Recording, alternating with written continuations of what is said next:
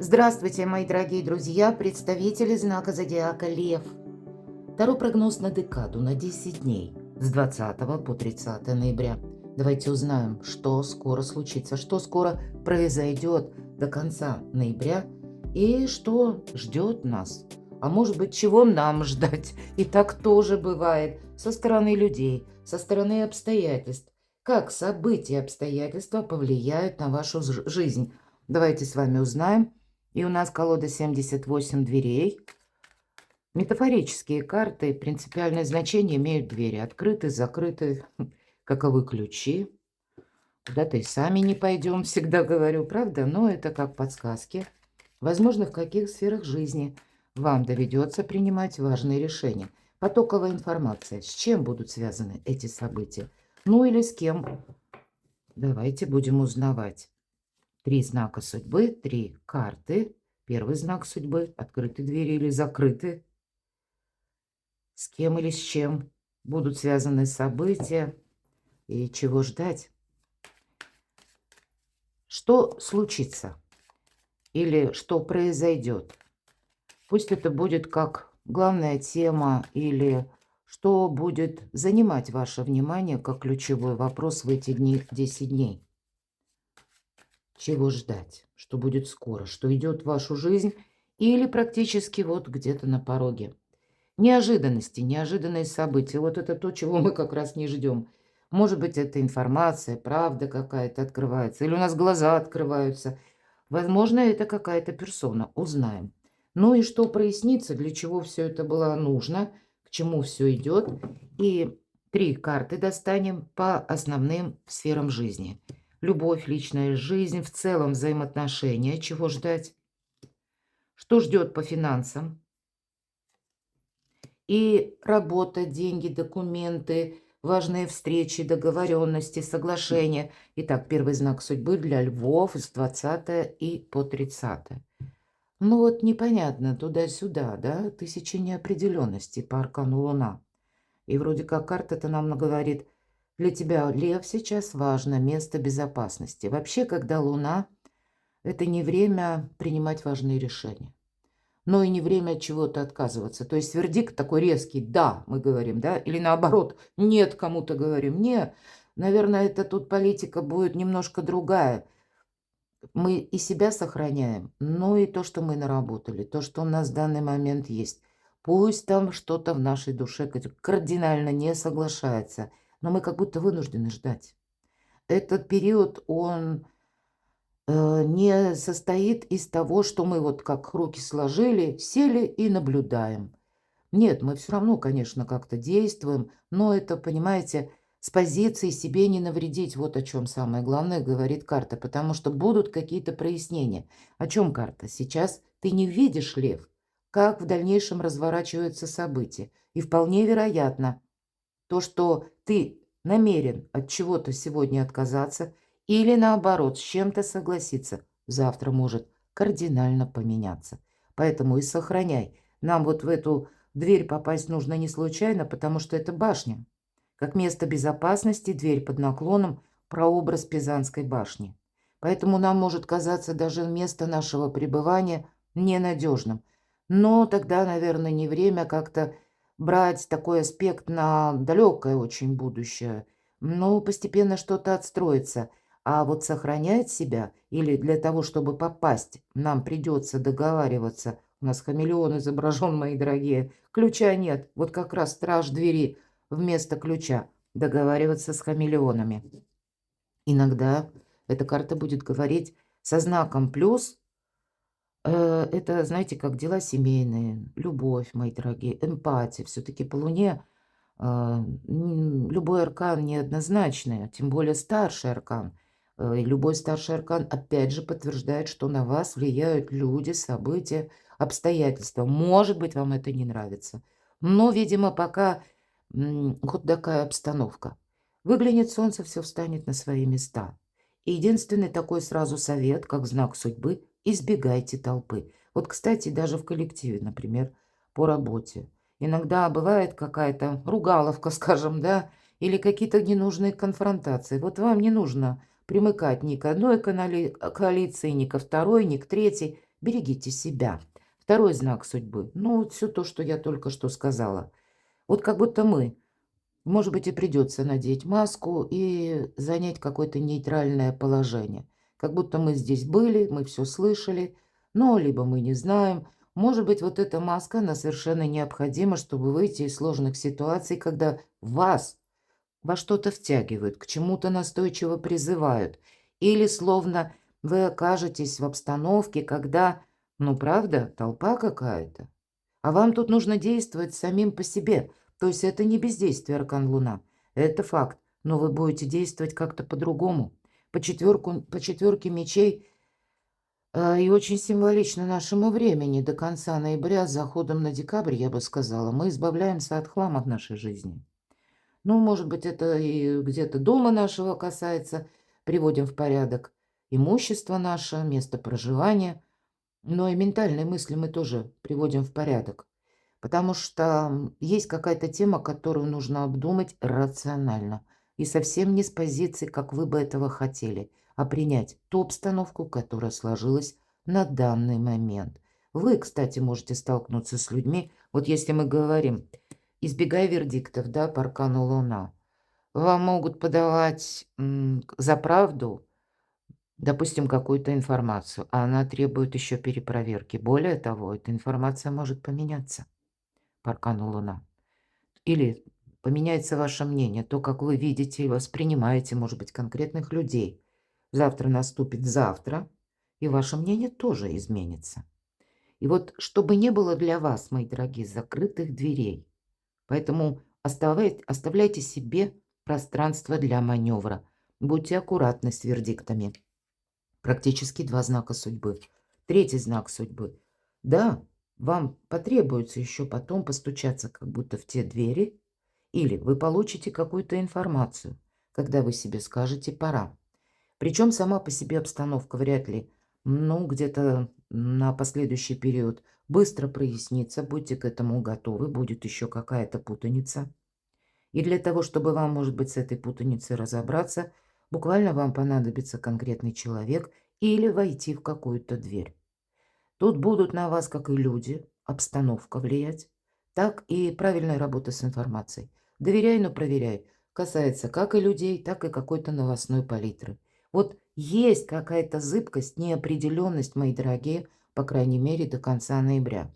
Я должна сказать, если мы немного отойдем от карт Таро, это для вас очень ресурсный период. Причем тот период, который будет продолжаться достаточно долго, тем более в следующем году, летом, Юпитер перейдет в ваш знак зодиака, то есть в ваш первый дом, который олицетворяет именно ваше «я».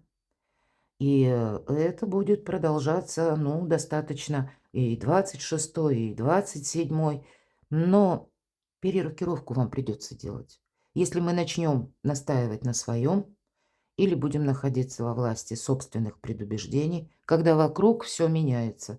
Ну, вряд ли тут мы какие-то бонусы получим. Поэтому, чтобы этих бонусов было больше, чтобы мы себе могли сказать спасибо, ну, наверное, имейте вот какой-то либо запасной аэродром, или себя останавливайте, когда хочется как-то вот резко, а вот планетарные транзиты могут быть в это время именно таковы, как будто нас побуждают к этому. Но, видимо, разумные какие-то действия. Я не буду останавливаться очень подробно, потому что весь этот триплет можно до бесконечности долго говорить. Я приглашаю вас на сайт, оставлю на свой сайт. Я оставлю ссылки в описании под видео. У меня есть статья «Коридор возможностей». Вот перейдите, прочитайте. Переложите ваши события жизни на, может быть, и прежнюю историю год назад. Это очень символично. В 24 году, что у вас там было в ноябре, в декабре и в январе 25-го. Может быть, некоторое дежавю есть. И как это либо разрулить какой-то вопрос, либо решить какую-то ситуацию. Вот прочитайте, думаю, подсказок будет больше. Что же случится? Да ничего не случится. Вот для вас, как будто, понимаете, даже если есть какие-то метаморфозы, они проходят мимо. Вот правда. Вы можете наблюдать за тем, как ведут люди. Люди себя могут вести совершенно по-разному. Может быть, и склонны где-то не договаривать. Но я вам должна сказать, что в этот период каждый будет занят самим собой. Да, в центре наше благополучие, так у каждого человека. Но самое главное — открыть глаза. Мы с вами только что об этом говорили. И видеть обстановку именно такой, какая она есть. Потому что мы тут, это карта искаженного восприятия, мы сами на себя можем как нагнать каких-то страхов, или это просто из-за наших предубеждений. Нам нужно четко или отчетливо видеть, что происходит вокруг вас. Ну и работать правильно с информацией. Вы понимаете, тут надо, может быть, даже вам придется проводить некоторые аналогии действительно с прошлым, какая-то ситуация, которая для вас означала, ну, как болевую точку, опять же, в прошлом, потому что тройка — это всегда карта будущего, но тройка мечей, она не означает, мы знаем, что это разбитое сердце. Ситуация, она уже закончена. Вот нам карта хорошо демонстрирует, что это раньше было израненное сердце, но теперь мы уже среди этой безжизненной пустыни, как аффирмация, вонзили 3 меча в землю, и на рукояти у нас 3 мудрые птицы — филин, ворон и сова. Мудро отнестись к какой-то прежней ситуации или отношениям. Может быть, вас сведет с конкретным человеком. Вот посмотрите. Вы как во власти, правда, предубеждений. Но вот нельзя, тут что-то вот-вот начнет меняться. Есть риск, что вы этого не заметите. А что нужно? Вообще-то праздник. Опять же, вторая тройка. Праздник. Может быть, это у кого-то даже по части личной жизни, да, иногда тройка чаш, но вот не в этой, правда, колоде. Здесь в этой колоде, обратите внимание, птенец, рождение чего-то нового. А мы сидим в старом, пережевываем какие-то прежние воспоминания, разочарования, то, что нас тянет на дно, мои дорогие львы, а на пороге новые возможности. Но они приходят, может быть, неожиданно, или неожиданно, когда даже неожиданное предложение, неожиданное известие, непонятно, как к этому относиться. Вообще никакая информация просто так к нам не приходит. Все зачем-то нужно. Поэтому если мы поставим перед собой вопрос: а зачем мне это нужно? А что это может для меня означать? Или каким образом, может, как подсказка, вот сложившаяся обстановка мне о чем-то уже пытается свидетельствовать. Тогда мы обязательно увидим эти возможности, потому что на кону нет дороги назад, нам отсюда только вперед. Но существенно две карты: девятка мечей и восьмерка мечей, искаженного восприятия. Конкретно художник прорисовал, как больная девочка и ее мама прикладывает ей холодный компресс к колбу, видимо, гипертермия. Ну и мы знаем, когда мы температурим, высокая температура, согласитесь, мы вот как будто через какую-то призму видим, да, или как будто реальность, она чуть-чуть меняется. Вот это искажение реальности мы можем испытывать, вот что случится. А тем не менее, нам просто нужно, ну, видимо, правильно анализировать то, что вокруг нас происходит, или то, что приходит. Но как будто вы не вовлечены в какое-то действо, или даже если тут какие-то конфликты, или тут вообще не разбери, поймешь что. У вас есть именно ресурс куда-то-нибудь втянутым или обойти какие-то сложные места. Ладно, неожиданные события. В неожиданных событиях у вас, как и получение информации, приход, приезд, звонок какого-то неожиданного персонажа, человека, предложение. Может быть, и вам нужно куда-то отправиться срочно. Эта карта сама по себе неожиданностей, рыцарь жезлов. Карта также спонтанности, видимо, в неожиданностях. Тем не менее, будьте готовы, что вам пройти нужно будет какой-то путь. Или буквально собраться, подпоясаться и в какую-то инстанцию поехать. Или по работе, может, у кого-то выйти внезапно на работу, да, а у вас в это время отдых. Но вот это в неожиданностях как будто вам может способствовать даже. Ну, наверное, этот период пройти дорогой судьбы. Вот так вот аккуратно, выбирая фарватер. И по луне мы не спешим.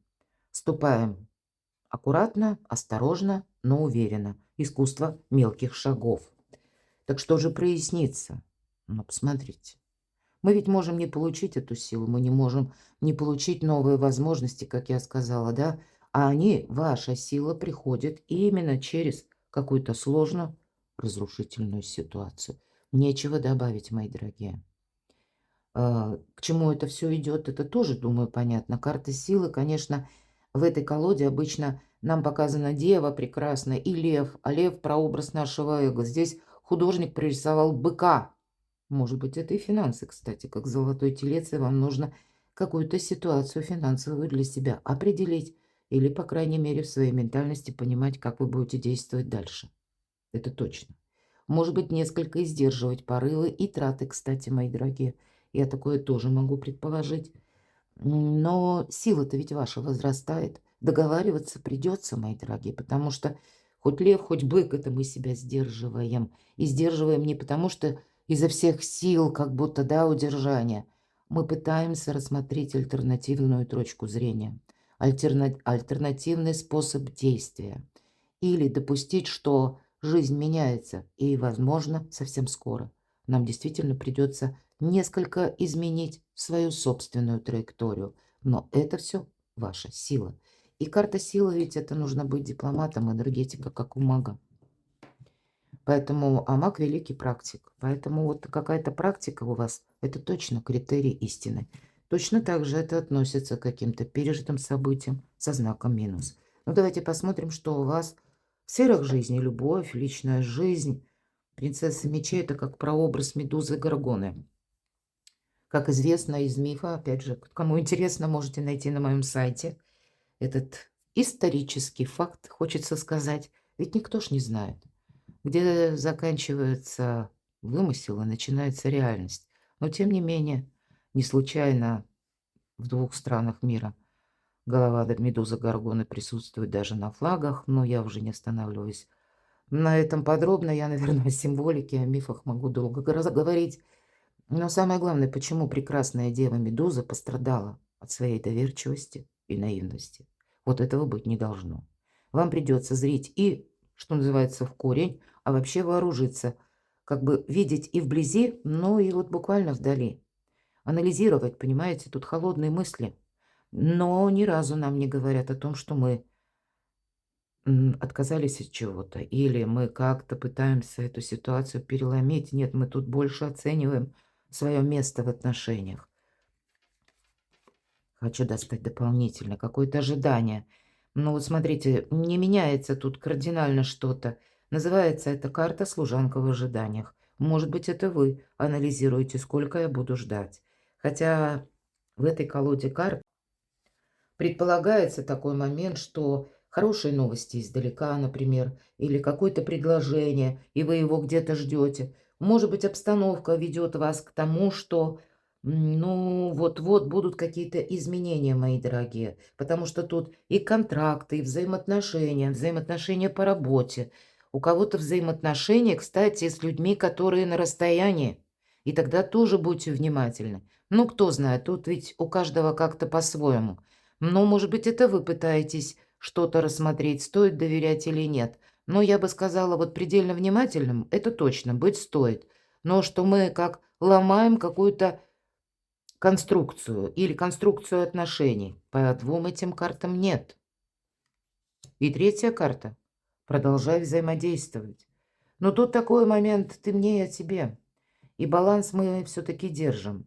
Может быть, это непосредственно у кого-то такие взаимоотношения с важными людьми или по работе, или с конкретным человеком, который оказывает вам содействие, или у вас есть общие сферы интересов какие-то, да, и это будет где-то перекликаться с денежными вопросами конкретно. Поэтому тут нам говорят, все-таки ты не разрушь. Ну, кто знает, может быть, вы себе в чем-то скажете спасибо, но партнерство как будто, по крайней мере, в эти 10 дней продолжается. Это факт. Но мысли у нас могут быть разные. А может быть, наоборот, перевести отношения на новый уровень, если к этому есть предпосылки. Сфера финансов. Умеренность. Да, небольшой период, 10 дней, для истории особенно. Поэтому будь умеренным, держи баланс в финансах. Мы с вами об этом говорили. Нет каких-то быстрых перемен. Давайте посмотрим, что же в достижениях. Но если ты хочешь, вот посмотрите, два таких чудесных аркана, как карта сила и десятка пентаклей. Вот сейчас какая-то неразбериха, темнота, тысяча неопределенностей. Будут к этому Ну или все это будет дополняться какими-то новостями, неожиданностями, с которыми вам нужно правильно взаимодействовать. В конечном итоге для вас это приносит и возможности, и ресурсы, мои дорогие, увеличивает многократно вашу силу, и пусть даже деньги, например. Сейчас вот в эту декаду ничего не меняется, аркан умеренности. Нет тут каких-то глобальных перемен, да, но это вот-вот у вас уже буквально на пороге. К вам на порог, мои дорогие, и именно в последнюю декаду ноября идут возможности. Но это еще не проясняется до конца ноября. Шаг за шагом это потом будет либо спираль это как-то раскручиваться, либо как нить, может быть, клубок Ариадны, да, вот нам нужно знать, за какую ниточку потянуть, чтобы эта палитра возможностей перед нами открылась. Вот что-то подобное, потому что вот эти два старших аркана могут говорить о прогрессивном периоде на будущее, как и по работе, как по вашим достижениям, безусловно, по финансовому эквиваленту, но я бы сказала еще и в личной жизни, безусловно. Очень емкая карта десятка пентаклей. Двое у нас изображены. По сути дела, даже праздник, взаимодействие. Ну, может быть, нам что-то не нравится. А нам всем что-то не нравится. Не вам одним, мои дорогие львы и львицы, потому что мы ведь пришли в эту жизнь не для того, чтобы кого-то воспитывать, за исключением наших маленьких детей, когда мы их и то учим адаптироваться к жизни. А когда мы и сами в течение жизни учимся выстраивать правильные взаимоотношения, работать над взаимоотношениями, чтобы получить потом вот этот итог. Правильно мы себя и бережем тоже, делаем правильные выводы, но сказать, что вот ни разу не про вердикты или про какие-то обострения отношений, вот я хочу сказать. Может быть, у кого-то какая-то подобная история есть, но, видимо, держите марку, держите осанку на любых поворотах. И потом вы увидите, для чего все это было нужно. Перекладывайте на себя, мои дорогие любимые львы. А я благодарю за ваши искренние комментарии, за вашу душевность, за вашу спонсорскую поддержку. Оставайтесь со мной, подписывайтесь на мой канал и будьте счастливы, будьте любимы всегда.